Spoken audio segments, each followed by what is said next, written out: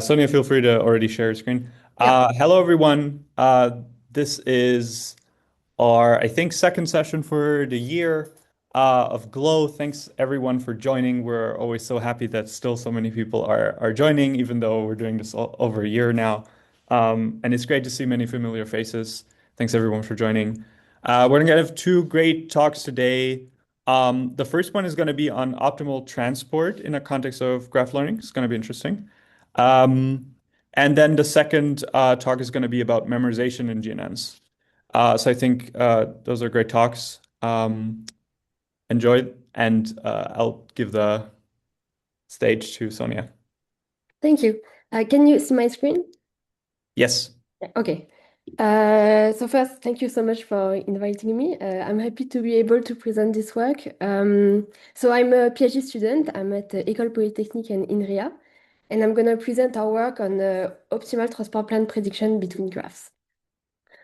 So first, what does it mean to do optimal transport on graphs?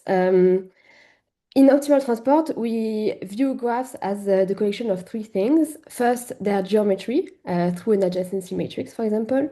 Second, node features that are vectors that are associated to the nodes that give characteristics about the nodes. And third, something that is specific to optimal transport is that we associate node weights to each node that tell us what is the probability of each node. And then, with these three things, we consider graphs as probability measures over the joint space of the geometry of the graphs and the feature of the graphs.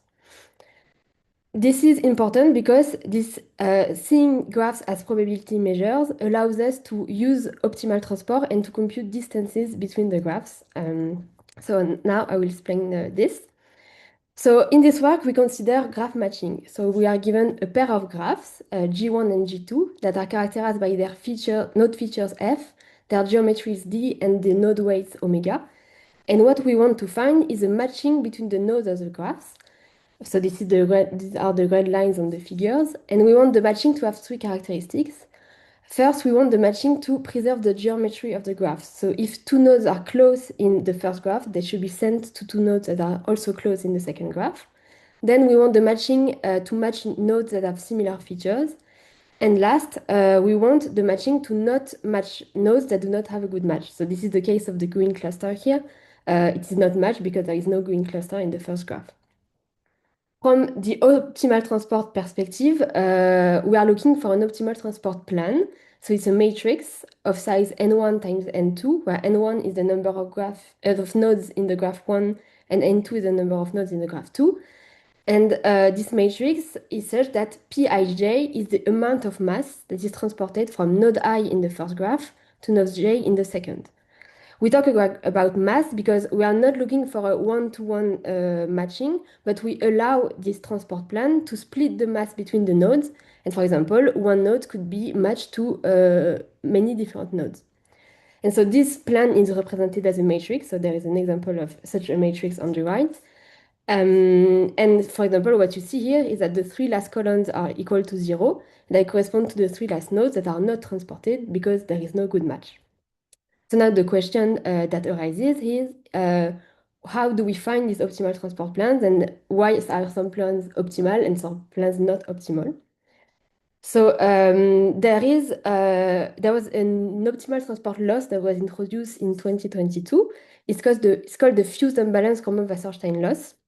And so it's an optimal transport loss that takes as input two graphs, G1, G2, and a plan, so a matrix, P. And it measures how good this plan is for matching the two graphs G1 and G2. So this loss, it's like the sum of three terms. The first term is in blue, is called the Wasserstein term. It only depends on the node features of the graphs, and it measures how well the plan matches nodes that have similar node features. So if the plan matches nodes that are very different node features, this term will be big. And if it matches nodes that have very similar node features, it will be small. The second term in green is called the Gromov term. It depends on the adjacency matrices of the graphs, and it measures how well the plan preserves the local geometry of the graphs along the transportation. And the third term, penalizes the fact that the plan does not transport all the mass. So if the plan discards a few nodes in the matching, then this third term will be big. And all these terms are weighted by parameters alpha and rho, which are important in practice and are important to tune because they will greatly influence what the optimal transport plan is. And so what we call an optimal transport plan is the minimizer of this loss. So that is the formula in red at the bottom. And so it's the best plan in terms of this loss. So I put an example of an optimal transport plan at the bottom. So there are two graphs, one on the left and on the right, and the plan is in red. And you see that first, this plan matches nodes that have the same color or approximately the same color. So this is thanks to the first term in blue in the loss. Then this plan respects the geometry by matching clusters to one another. There are not many grid lines in between the clusters. So this is because of the second term, the Gromov term. And third, there is one red node that appears in one graph and not the other. It's not matched. And so this is penalized by this is allowed, and also the third term penalizes the fact that not all the mass is transported. And so from this loss, we define a distance, the Fugue distance, which is the minimizer of the minimization of this loss. The issue is that this loss is non-convex, and so in practice, to find the optimal transport plan, we use batch coordinate descent, which has a complexity of big O of k times n cubed, where k is the number of iterations and n the number of graph nodes. So this is a very high complexity, and so this means that if we want to find optimal transport plans or matchings between very large graphs using this loss, it's very fast, completely unscalable. And so what we propose in this work is to build a neural network that is trained to predict optimal transport plans for all graph pairs G1, G2 sampled according to a probability distribution, and also all parameters alpha and rho. So these were the parameters that weighted the terms of the loss sampled according to another probability distribution. Our method is built on cross-attention and graph convolutional networks. We built a neural network that takes as input two graphs as well as these loss hyperparameters and returns an optimal transport plan. The question is, how can we train a network that is able to predict solutions to optimal transport problems? The first idea would be to do supervised training, but that would mean that we would have to compute all the optimal transport plans for all the graph pairs in the training set, which, as I said, is cubic in the number of nodes. So it's very unscalable if we have a large training data set.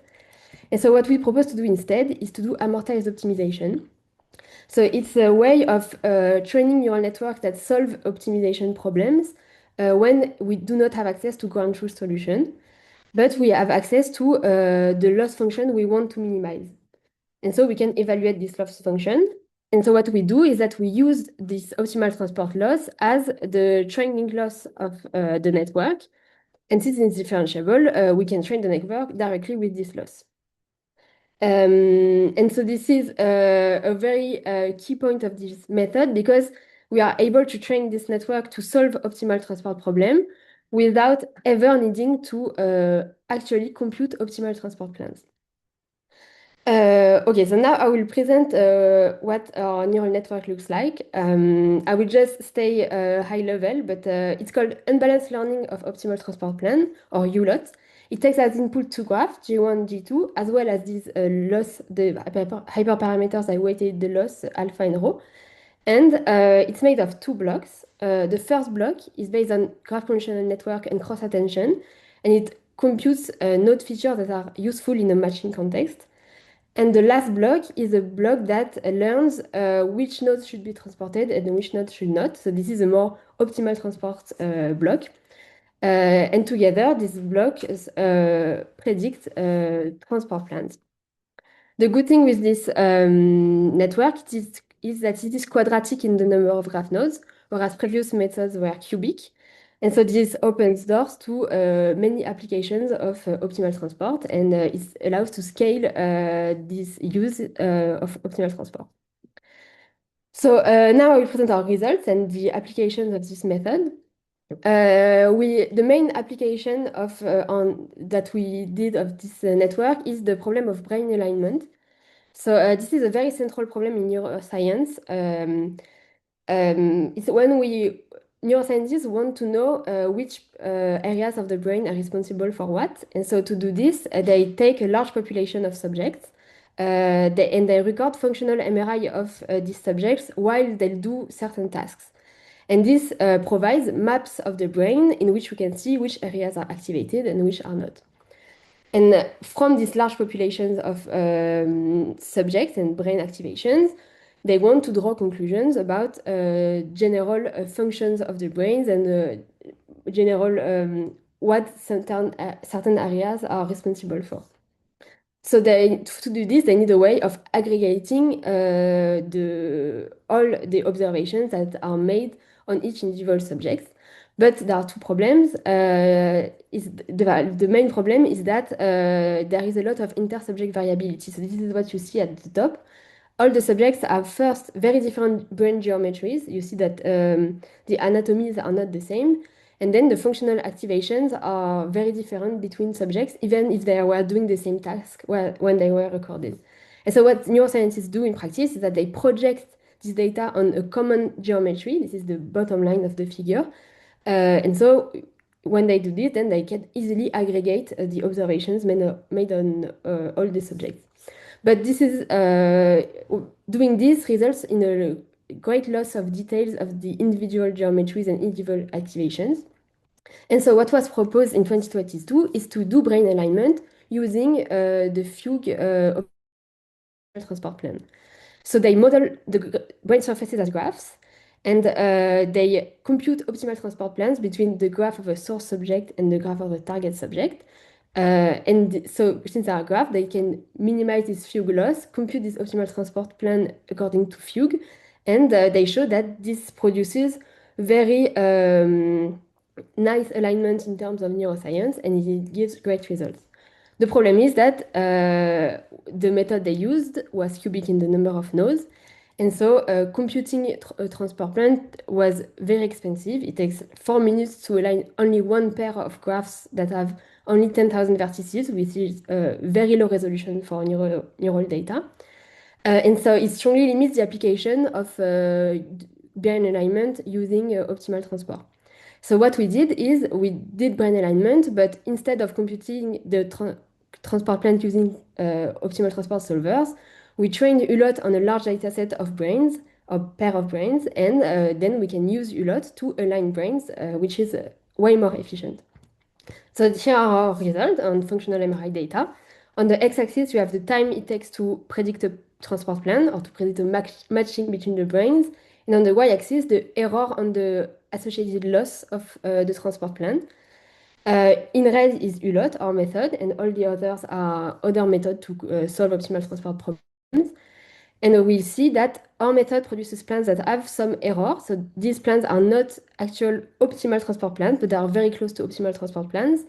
And it's about 100 times faster to compute the matchings using our method than other solvers. So in context where you do not need actually the exact solution, our method is very efficient. We did also other applications on simulated data this time. First, we showed that we can use ULOT, we can use the mass of the ULOT transport plan as a quadratic graph similarity measure. So it's only quadratic in the number of nodes, and we showed that it is a very good measure of similarity between graphs. We also can use this method to do Fugue hyperparameter selection. So these are the hyperparameters alpha and rho that weighted the loss terms. Doing bi-level optimization using a downstream task.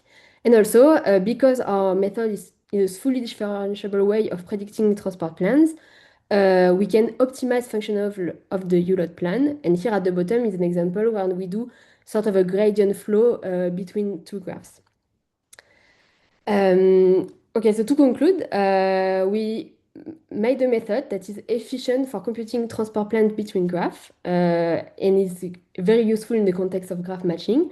It has low error on the solutions it produces, and it's up to 100 times faster than classical solvers. This enables many things that were not possible before, such as thorough hyperparameter selections on this few problem, and also applications that involve computing many transport plans, for example, barycenters of graphs or minimization of functionals of transport plans. But still, our method produces transport plans that have a low error, that have an error that are not actually optimal transport plans. Sometimes they are a bit, they are close to optimal, but not exactly optimal. But if we really need optimal transport plans, we can use the plan our method predicts to initialize existing optimal transport solvers. And with doing that, the solvers converge way faster and to the exact solution. Okay, that's it for me. Thank you very much for listening.